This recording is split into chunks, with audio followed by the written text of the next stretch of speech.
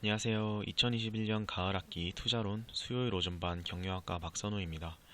IT버블 사례에 대해 발표하겠습니다. 다음은 90년대에서 2000년대 초반의 나스닥 추이입니다. 95년 1000포인트 통과 이후 5년 만에 5000포인트를 달성한 모습입니다. 하지만 줄곧 정점을 찍고 급속도로 하락하는 특이한 모습이 마치 버블을 짐작하게 하는데요. 과연 이 시기에 어떤 일이 있었을까요? 우선 저 때는 미국 시장의 유동성이 풍부했던 시기였습니다. 94년 미국 연준은 큰 폭의 금리 인상을 시행했습니다. 1년 동안 총 7차례 인상으로 당시 3%의 기준금리는 6%로 상승했습니다. 이에 따라 전 세계의 자금은 미국으로 집중되기 시작했습니다.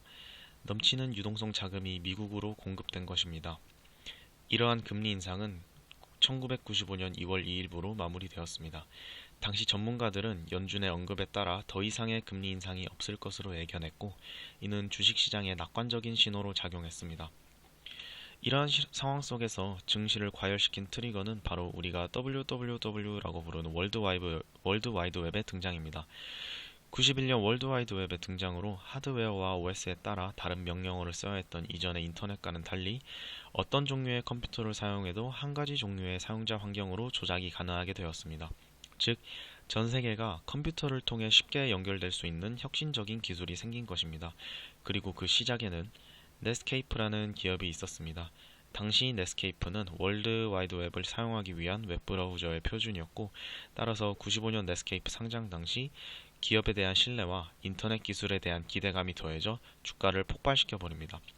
넷스케이프의 대박과 통신법 개정에 대한 인프라 구축으로 이후 땡땡닷컴이라는 이름을 가진 IT 기업들이 줄줄이 상장하게 되었고, 이에 대한 투자 열기가 더욱 증폭되며 투자자들은 매년 평균 35%의 수익을 보는 등의 대호황을 맞았습니다. 이러한 경기 호황을 바탕으로 신경제론이라는 이론이 등장했습니다.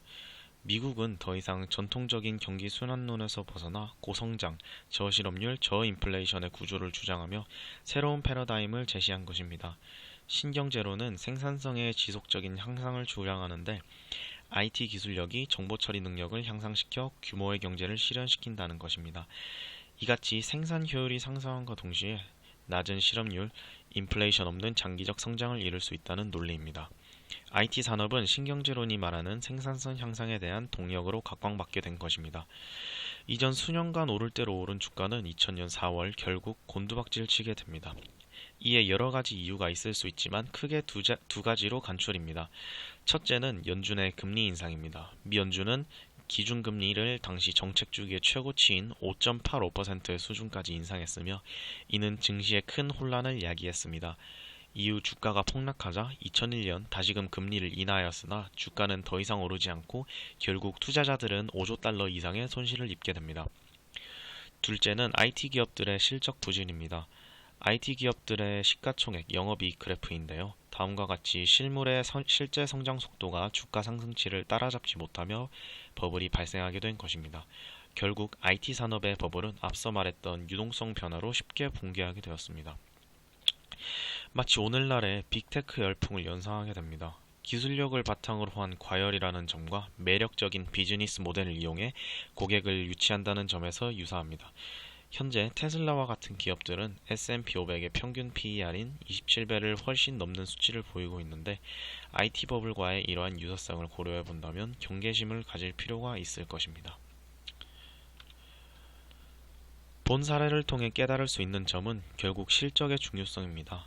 앞선 그래프에서도 알 수 있듯 실적이 뒷받침되지 않으면 주가가 유지되기 어렵습니다. 반대로 그 와중에도 사업성과 실적이 우수했던 아마존이나 애플과 같은 기업들은 버블 붕괴에 무너지지 않고 꾸준히 성장하여 현재 세계적인 IT 기업으로 자리매김할 수 있었습니다.